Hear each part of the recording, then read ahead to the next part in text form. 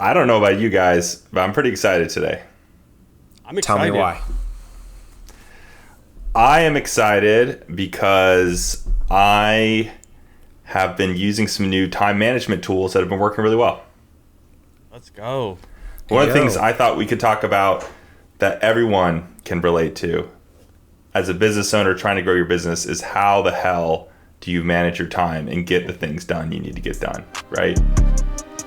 I gotta work, grind. That's just the way it is. I gotta get up, scale, and grow my biz. I gotta scale, grow, get up, go, scale, grow, get up, go. Justin, how long's like your to-do list? Do you feel like you knock everything out you need to do every single day?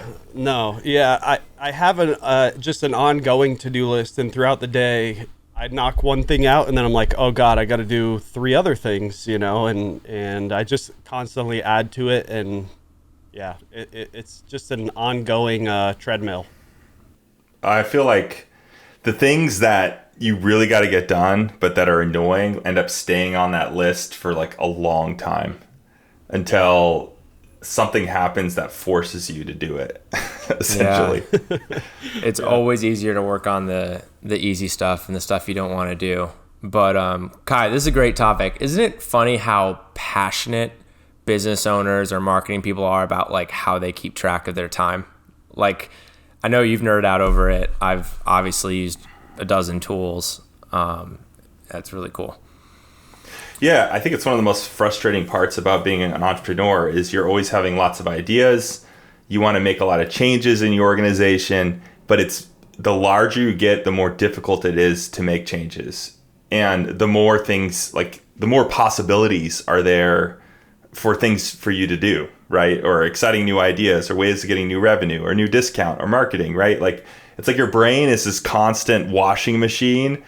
Like you lay down at night and you're just like, oh God, insurance. Okay, marketing. Oh, I really need to change our waiver program. And it just never ends, right? And so how, as an entrepreneur with a growing business, how do you tackle that stuff, right? Like to me, it's such a huge topic. It's something I think about all the time.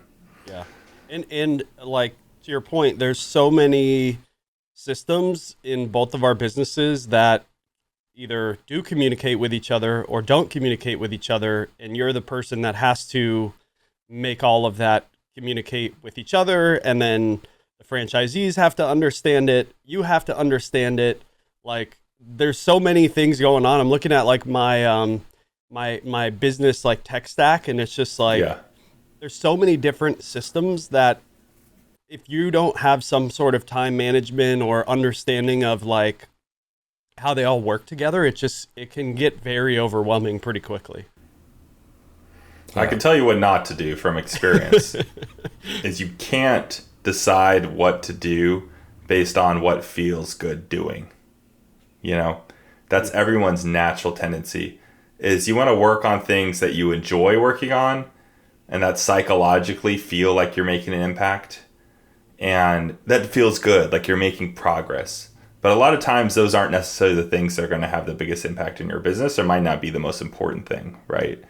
Like I love talking on the phone, so a lot of times when there's downtime, I'm like, I kind of mentally go through a Rolodex and say like, who do I need to catch up with, and it feels great talking on the phone with somebody. I feel like I'm getting something done. We're discussing things. It ends up being an hour, but it's like, was that the best thing for me to do over the last hour is like call an industry colleague and like pick his brain over something, like I like to fill my time. I love spreadsheets. I love just dicking around, like playing with figures, I love coming up with new ideas, but that's what feels good to me, but it's not necessarily the best thing for me to be doing all the time, Yeah.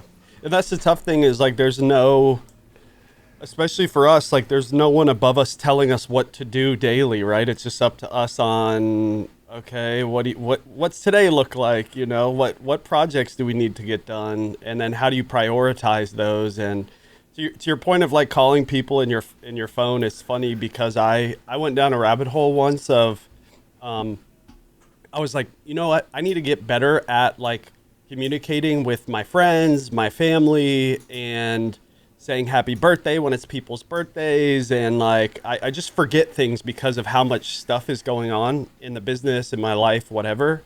And so I went down a rabbit hole of like, what are the top 5 or top 10 like personalized CRMs for like your life, not just like customer CRMs.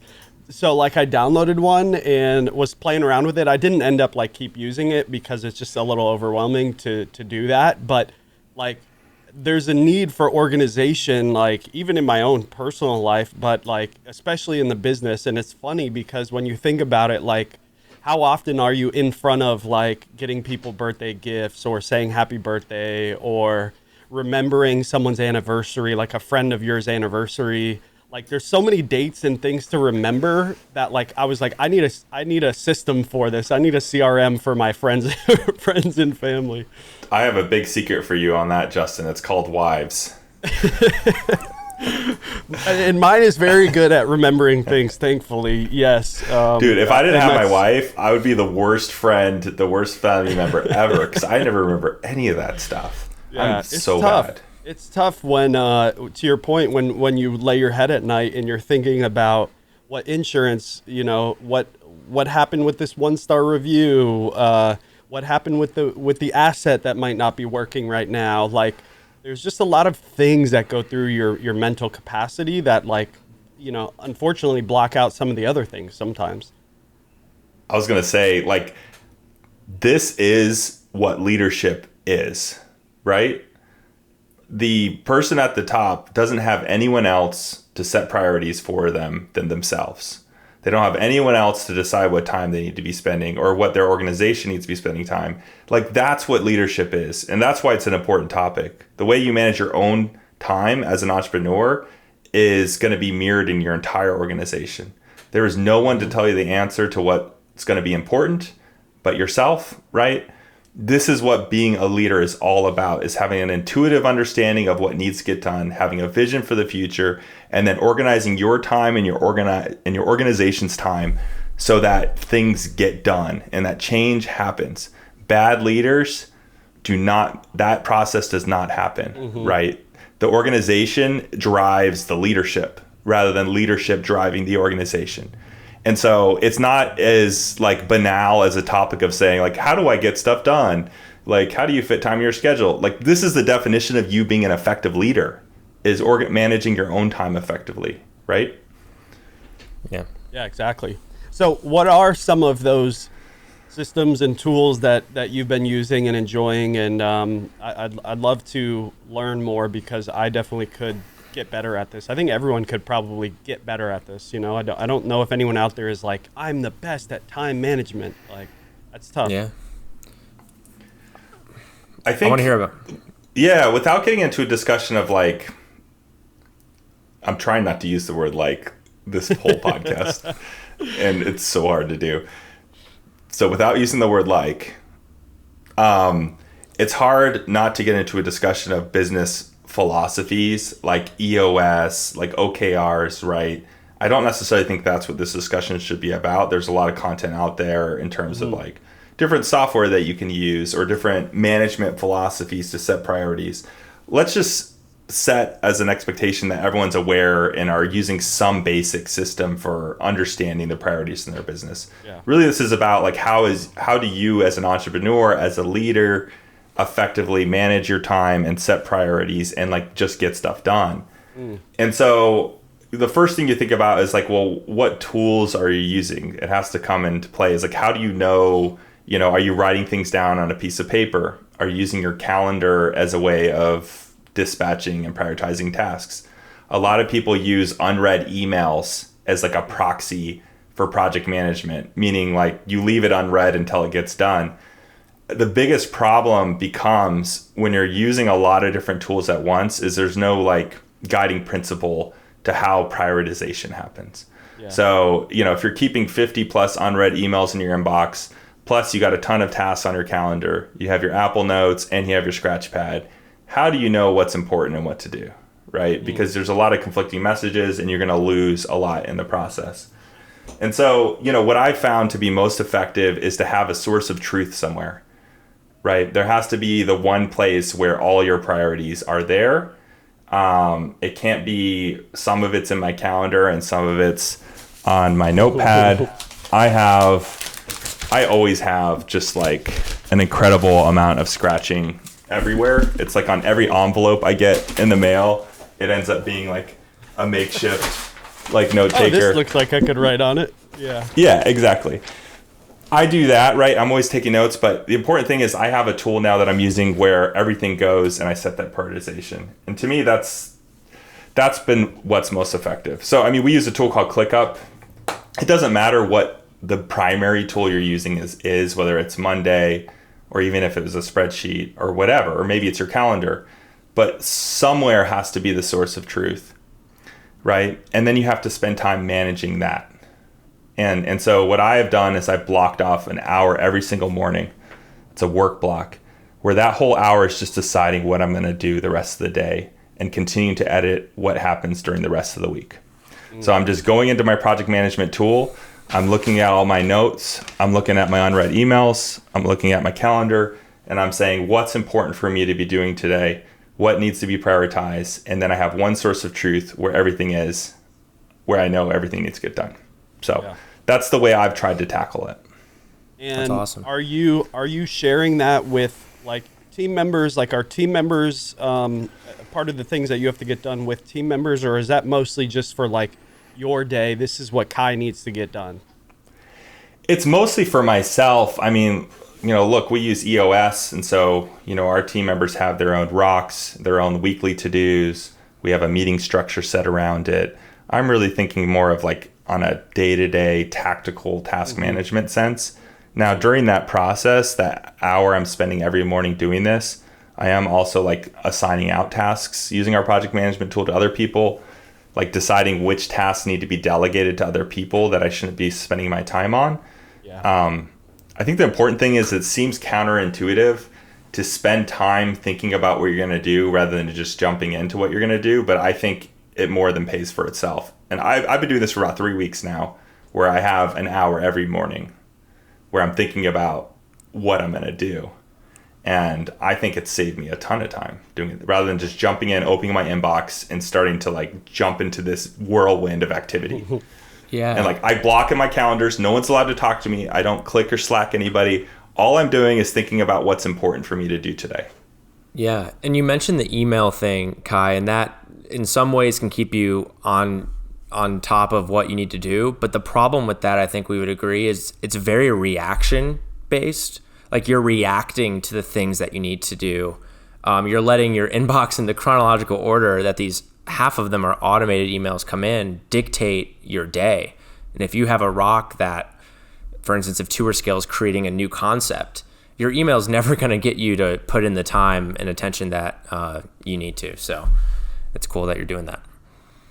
Yeah, I use just a Google Sheet like as a to-do list that checks stuff off as I get them done, and I just try to prioritize within that of like what really needs to get done. To your point though, I mean, I feel like I get 20 emails a day of like new things that I've got to do, and I do use my email as like here's my extra stuff that I have to get done, and the good thing is like if I have 0 emails in my inbox, I feel like, oh my God, I have nothing to do. Like, this is great, but I still have that other to-do list in Google Sheets that I've got to take care of and manage. And I've played around with like trying to use Asana before, Notion before. I think I downloaded Monday at one point. I think the tough part for me is like, when it's just myself and not necessarily team focused, I found that like I have this ongoing to-do list in my head and I'm just like, let me just work through that, But to your point, like there's stuff that does drop through the cracks and it's kind of tough to prioritize without actually seeing it, in front of you of like, hey, these are the top 3 things that I need to do today, rather than just in my head of like, okay, I know I've got to get X, Y, and Z done. but maybe something else comes up in my inbox that I'm like, oh yeah, let me do that. And you do end up like bouncing around a lot when you don't necessarily have a really good system for that. So it's something I feel like I need to do a little bit better too, is maybe Google Sheets isn't the right thing, but at least it's something that gives me direction on like, here's my list of the things I know I need to get done, and visualizing them and not just keeping them in my head has been the most helpful thing for me. Like, I don't think I necessarily need a project management tool or something like that, but I do need to visualize them, not just in my head. Well, that sheet is a project management tool, right? Like, true, yeah. True. Like I said, it doesn't matter what the tool is. It matters that there's somewhere that you have a source of truth. Yeah. Right. True. So True. I don't care if it's paper, right? You could be very effective and have a paper to-do list that you sit down and write out every morning. As long as there's one place that has everything, which is why, the email thing has always been my Achilles heel. Trying to get to inbox zero is like, oh man. I mean, I have terrible stories about trying to get through this. And finally I learned what to do, which is when you have an actionable email, so you read it, I put it in my project management tool and I archive the email. Because the unread emails give you no sense of priority, just like Brett said. There's no sense of what problem I need to tackle first or later. It's just all cortisol. Like, which one stresses me out the most and feels like I need to handle. But if I'm constantly spending that hour in the morning by taking unread emails and creating discrete tasks for it, then once it's in my tool, and I could do this with a spreadsheet too, just by saying like low, medium, high, then I can prioritize and triage the problems. And I get the stress of having all these unread emails like off my like mind share. That's been my little trick for doing that. And I've said I do this for years now, and I'll be good about doing this like for a few weeks, and I fall off the wagon and I get back on the email thing again. Right now I'm on the wagon, which is great, but that's why I need that hour to dedicate to doing that stuff. Yeah. We it's funny that like you came up with this topic to discuss on here, because like I think it was maybe 3 or 4 weeks ago in the Gary Vee program that I'm doing, we had on kind of like a optimization expert, Nicholas Sonnenberg. I don't know if you've ever listened to a podcast of his or not, but very smart dude, and really helped me think about this a lot more than I had in the past. And one of his like main talking points was all about emails, and to your exact point of like how insufficient or inefficient, I should say, doing that practices. One of the big things that I think was just like a little thing that I took away from that talk was that like you can snooze the emails until you need them to come back up. So like if you don't need an email for like a month or like a week, you can snooze your emails and they'll come back to the top of your inbox like a week later. Yeah. And that's just one little like, I don't know, efficiency hack that maybe you can use. But I also think like there are some pretty cool tools that you can use inside of your email ecosystem that will help you get through those quicker. Gemini is like a big thing now with AI in the Gmail atmosphere. Like using Gemini to help draft emails, I think is really an efficient way to do things. ChatGPT obviously can do this as well. But you can also like use tools that will summarize your entire inbox and like help you prioritize things and draft emails to your emails that are in your inbox. So I thought there was there's a lot of interesting tools out there that people can use to also like help get to inbox zero. I like that term because I think that's what a lot of people, struggle to do on a daily basis. One of the other like really, really big things that I took away and I implemented instantly after this talk with him was setting up an internal like wiki page, setting up an internal where everyone goes, where everyone goes to get whatever they need so that you're not that person, right? Like I get it all the time. I'm sure you do, or you did maybe in the past, like, hey Kai, where do I go to find X, Y, and Z? Hey Kai, how do I do this? Hey Kai, where do I do that? And it's like, dude, I've already told you where to do all these things. First of all, you don't say that obviously, but then you're like, here you go. This is where you find it. Here's the documentation that you need. Here's what you're looking for. And so like in the past, I was using Fran Connect, and I think you guys were too, right? For trying to keep kind of a knowledge space and trying to put a lot of the documentation. But I ended up just creating a Google site and really made it user friendly. It's searchable. It's only accessible by, our email addresses, and it has how-to videos in there that I've done over time. And like, I think that alone will make my life a lot more efficient. It will save time in answering those emails of like, hey, where do I find this? Where's that? Where do I locate this? And you need to have some sort of, to your point of like a to-do list, you also need to have some sort of knowledge list of where everyone can go to access those things. Absolutely. This is huge, right? Yeah. The theme is the most valuable thing you have is time, right? Not just in work, but in life in general. Like time with the people you love, right? Time to relax and unwind. And in the business, time is like a precious, precious resource. And basically the higher up on the food chain you are, the more valuable your time is, right? Like every hour of your activity results in compounding hours of activity down the line, right? To your employees, to your franchisees, et cetera. So you want to maximize the impact of that compounding effect, naturally. And franchising, like by definition, is a brain download of things to create a system to help your franchisees, right? And even if you don't have a franchise, if you have your own business, you have to take you as the leader and all the things you know, and you have to be able to create a system that other people can use, your staff members, right? You can't have people calling you every time there's a problem. I think that's like 101 of scaling a business is this brain download.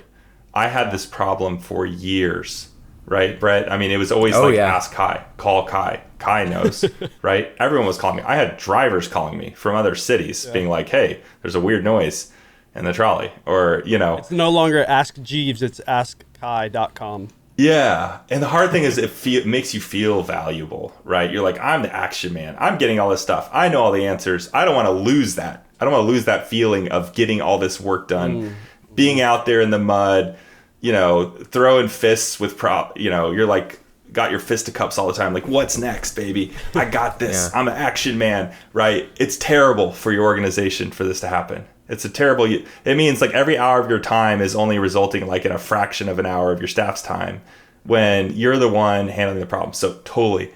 We have a knowledge base. It's help.tourscale.com. It's got a ticketing system. Like you said, we have our videos. Whenever we have an issue come up, or this is what we aspire to do, it's like we need to write this down so that next time we can just point them to the article. And it is so great being in a meeting with a staff member or franchisee when we're just like, hey, here's a link, right? Yep. Here's how to take care of this. Man, that's a good feeling. It's so powerful when you make your work live forever. It really is. Like whenever I'm on a call with a franchisee or manager and I start explaining something, I hit the pause button, I start recording the call, and then I end that recording, and that automatically gets put as a task for me to go in and expand on it. With these AI tools, it really does allow you to like create quality content very easily. And one thing I'd urge people listening is don't be too concerned at first with like the quality or the formatting of the information. We have some knowledge base articles that are just a meeting recording with some bullet point notes. Anything is better than nothing. If someone asks me about a topic and I point them to a knowledge base article that just has a 30-minute meeting recording, they're going to get something from that. They're going to start off on the right foot. And when they come to you with questions, they'll be more specific, more informed, and then you can add those into that article. Our articles are ever evolving. There are articles that we've updated once a month for the last year and a half, and it's been really powerful. Yeah. So the other good thing that I think you get from understanding where you're spending most of your time is you're getting a really good understanding of like which things are taking you too long, or what projects you need to focus more on, those types of things. Do you find, like, have you found in the last 3 weeks that like maybe you're spending too much time doing something that like someone else should be doing? Like, are you finding a lot of efficiencies when you're spending that hour every day to look at your schedule? I mean, constantly, I don't think anyone's going to be perfect at this. Like, that's a key decision as a leader too, is what to delegate and what to tackle yourself. And none of us got to where we are by wanting to avoid challenges, right? And so the tendency is always going to be wanting to tackle them. And it can be a painful process to learn to delegate because you feel like you're going to do it better than anyone else. Mm-hmm. That's probably not true, right? There are people, if you're good, you're going to find people who are better than you at doing things. That's like the definition of hiring a specialist. And then two, I think the mental block, at least for me, tends to be, it's going to take me longer to explain this person what they need to do than for me to do it myself. Yeah. And that's always what keeps this process from happening is like, I don't want to go through the process of documenting this procedure because it's only going to take me 5 minutes to do. Mm-hmm. Sales tax returns is a great example of this. For years, I continued to file them because every state has a different system. They're complicated. I didn't even want to give it to our assistant. It took me like less than 2 minutes per state. And I was like, in 30 minutes, I can knock out all our state tax returns. I had done it for years. Every time my assistant would ask me if I wanted to do it, and I'm like, no, it doesn't take me very long to do. I don't feel like explaining you how to use all these wonky ancient systems or whatever. Finally, one day, I was like, I'm going to sit down and make a Loom video. And it took an hour, and I walked through how to do every state tax return. I've never filed a state tax return again since I did that video 2 years ago. It's like, why didn't I do that sooner? That 30 minutes every time you're doing that adds up, So that 1 hour video that you created since then has probably saved you 7, 8, 9, 10 hours of actual you doing it, and that's just the switching. Yeah, that's just the cost, but you got to think about switching costs too. Whenever you switch tasks, there's a cost to that too. So yeah, it's hard to do. And I think the trick I have to do to myself is explain that to myself. I'm about to jump in and do something, and I have to have a little voice in my head that says, hey, if you just record this, you're never going to have to do this again. It's like, I don't feel like recording it. I don't want to spend an hour to do something that takes me 15 minutes. But then I'm like, but you're right, voice in my head, I got to do it. So let's just do it. We're going to do it together, and we're never going to do this again. And so you just constantly have to kind of coach yourself into doing this process, I think. Yeah. Yeah. And it's a good point for anyone like interested in scaling their business is like, you're learning from Kai and I that we probably have done these things too late. Like if we had done all of these things just like from day one and like we know, okay, this is going to be a recurring task that needs to be done every month. If I can just create a video on it and let other people do it, or if I can along the way create these training materials that will help people in the future, right? It would just save so much time. So like if you're in the process of scaling your business and maybe you're just thinking about it, maybe you're not even really too concerned about scaling and it's more of just like you want to create more efficiencies, just like document everything, create training materials around those things. And even the process of you like creating that Loom video for an hour makes you really think through the process of like step by step, and it may make you more efficient at that process too. And so I just find that like, I wish I started that process sooner of like creating training videos and creating SOPs and like refining how I'm managing my time. There's, if you start it now, you're going to thank yourself and pat yourself on the back a year from now, 10 times over, I hate cheesy quotes. I mean, I'm not a big fan of them, but there's one that comes to mind that impacted me when I was very young.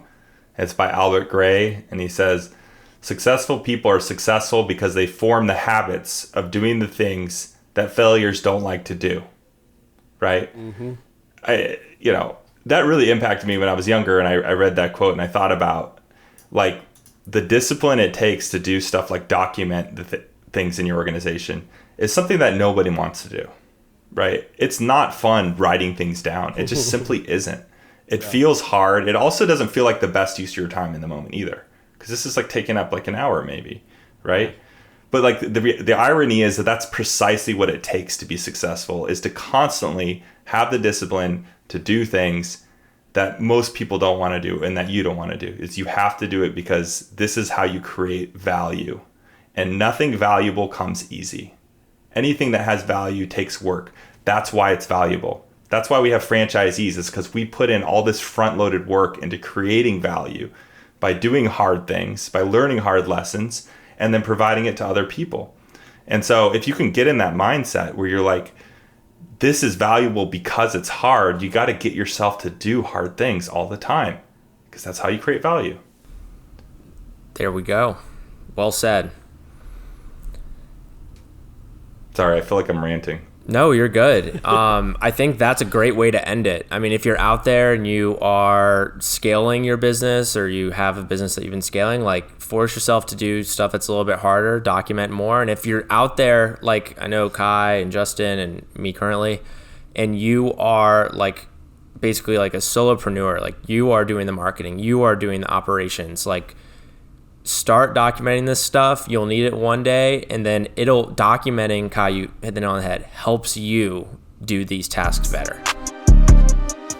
I gotta work, grind. That's just the way it is. I gotta get up, scale, and grow my biz. I gotta scale, grow, get up.